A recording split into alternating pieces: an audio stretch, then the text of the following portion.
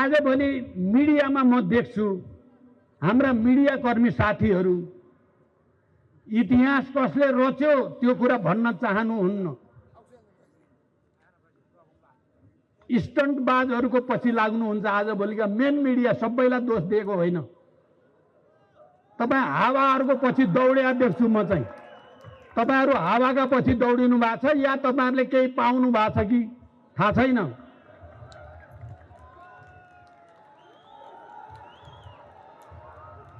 तपाईहरू हेर्नु होला इतिहासको कठघरामा तपाईहरू खडा हुनुहुन्छ। जनयुद्ध र जनआन्दोलनमा रगत बगाउने हजारौं महान शहीदहरूलाई तपाईहरूले अपमान गर्ने गर्नु भएको छ। 17,000 को ज्यान लिएको भन्ने गर्नु भएको छ। तपाईं दुनियाँमा कुनै त्यस्तो महान क्रान्ति देख्नु भएको छ जहाँ लाखौं लाख जनताको बलिदान नभएको होस्? कहीँ देख्नु भएको छ? तपाईहरूले भन्ने गरेको तथाकथित प्रजातन्त्रमा पनि र हामीले भन्ने गरेको समाजवादी क्रान्तिमा पनि जनताको त्याग र बलिदान बिना कहीँ पनि परिवर्तन भएको छैन। ती 17,000 र सयौं जनआन्दोलनका महान शहीदहरूलाई अपमान गर्ने काम बन्द गर्न म मिडियाकर्मी साथीहरूलाई विशेष रूपले भन्न चाहन्छु। यसको हिसाब किताब नेपाली जनताले राखेको छ। ती हजारौं शहीदका हजारौं परिवारका सदस्यहरूले तपाईहरूले कसरी व्याख्या गर्नुहुन्छ, तपाईहरूले के लेख्नुहुन्छ, त्यसको हिसाब राखेको छ भन्ने हेक्का राख्नु होला। जनआन्दोलनका ती तमाम शहीदहरू र घाइतेहरू, जनयुद्धका घाइतेहरू, जनआन्दोलनका घाइते अपाङ्गहरू, तिनका परिवारले तपाईहरूले लेख्ने गरेका कुरा हिसाब राखेर बही खाता राखेर बसेका छन्। ध्यान दिनु होला। अहिले विचारविहीन स्टन्टबाजहरूको प्रचार गर्दा तपाईहरूलाई केही मिल्या होला नजराना। त्यसले केही हुनेवाला छैन। त्यसकारण राष्ट्रलाई एकताबद्ध गर्नेतिर ध्यान दिनुहोस्। देशलाई सङ्कटबाट मुक्त गर्नेतिर केन्द्रित हुनुहोस्। राष्ट्रिय स्वाधीनता अप्ठ्यारोमा छ। हामी सबै मिलेर त्यसको रक्षा गर्नुपर्छ। त्यस्ता लेख, त्यस्ता समाचारमा ध्यान दिनुहोस्। खाली तपाईहरू अब नाम लिम भने फेरि भरे के हुने हो?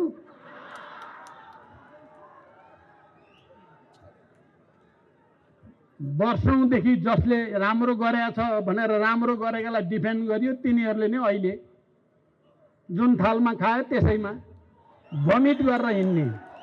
अनि तिनकै समाचार तपाईहरूलाई खुब तातो समाचार बन्छ। Hot news, hot cake. यस्तो नगर्नुहोस्। बदमासी गर्नलाई बदमास हो भन्नुहोस्। धोका दिनेहरूलाई धोकेबाज भन्नुहोस्। तर तपाईहरु त धोकेबाजलाई बोकेर हिँडा जस्तो देखिन्छ। किन बोक्नुहुन्छ? मैले बालेन हर्क सम्पाङलाई संसदको रोस्टमबाटै भने हामीले ल्याएको लोकतन्त्र, हामीले रगत बगाएर ल्याएको लोकतन्त्र, जहाँ महिलाको प्रतिनिधित्व छ, दलितको प्रतिनिधित्व छ, जनजातिको प्रतिनिधित्व छ, मधेसीको प्रतिनिधित्व छ, मुस्लिमको प्रतिनिधित्व छ, पूर्वको प्रतिनिधित्व, पश्चिमको प्रतिनिधित्व छ, संघीय लोकतान्त्रिक गणतन्त्र हामीले ल्याएको लडेर। अनि त्यहाँ तपाईहरु उम्रिनु भयो। त्यहाँ हाम्रो लोकतन्त्रको तपाईको लोकतन्त्रको होइन।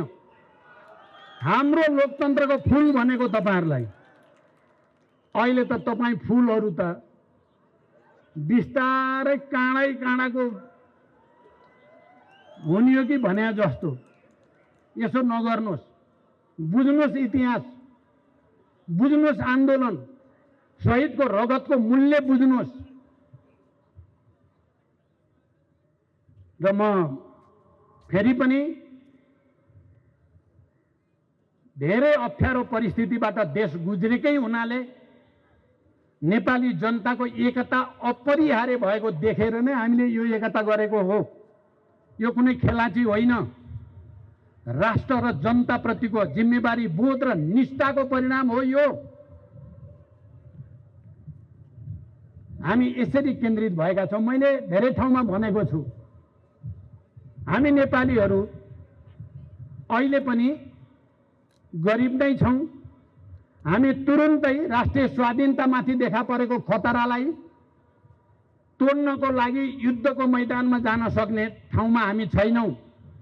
हामी एटमिक इनर्जी बनाएर, भट्टी बनाएर, मिसाइल तयार पारेर चाहिँ त्यस्ता प्रतिक्रियावादीसँग लडाईँ लड्न सक्ने स्थितिमा पनि छैनौँ। तर हामी नेपालीहरू इतिहासमा पनि र वर्तमानमा पनि 3 करोड नेपाली एक भयो भने दुनियाँको कुनै ताकत, कुनै मिसाइल कसैको केही लाग्ने छैन। नेपाली जनताले चाहे अंग्रेज भारतका विरुद्ध लडाईँ लड्दा नेपालका सबै जनताहरू, वृद्धहरू, बाल बच्चा समेत लडाईँमा कुदेका इतिहास छन् र ठुल्ठुला साम्राज्यलाई धुलो चटाएका पनि इतिहास छन्। हामी भोट तिब्बतसँगको लडाईँमा नेपालीहरूले वीरता देखाएका इतिहास पनि हामीसँग छन्। त्यसकारण यो राष्ट्रमाथि अहिले जो सङ्कट ल्याउन खोजिँदैछ, यसको स्वाधीनता र नेपाली जनताको अधिकारमाथि, नेपाली जनतालाई नेपालबारे निर्णय गर्ने अधिकार नदिने अरू कसैले फैसला गर्ने जो परिस्थिति बनाउँदैछ, म उनीहरूलाई खबरदारी भन्न चाहन्छु। नेपाली जनता बिल्कुल तिमीहरूको षड्यन्त्रमा लाग्ने छैन, तिमीहरूको अगाडि झुक्ने छैन। हामीले 3 करोड नेपालीलाई एकताबद्ध गरेर सबै वैदेशिक प्रतिक्रियावादी षड्यन्त्रलाई परास्त गर्ने उद्देश्यका साथ यो एकता गरेको हो। यो कुनै खेलाची होइन।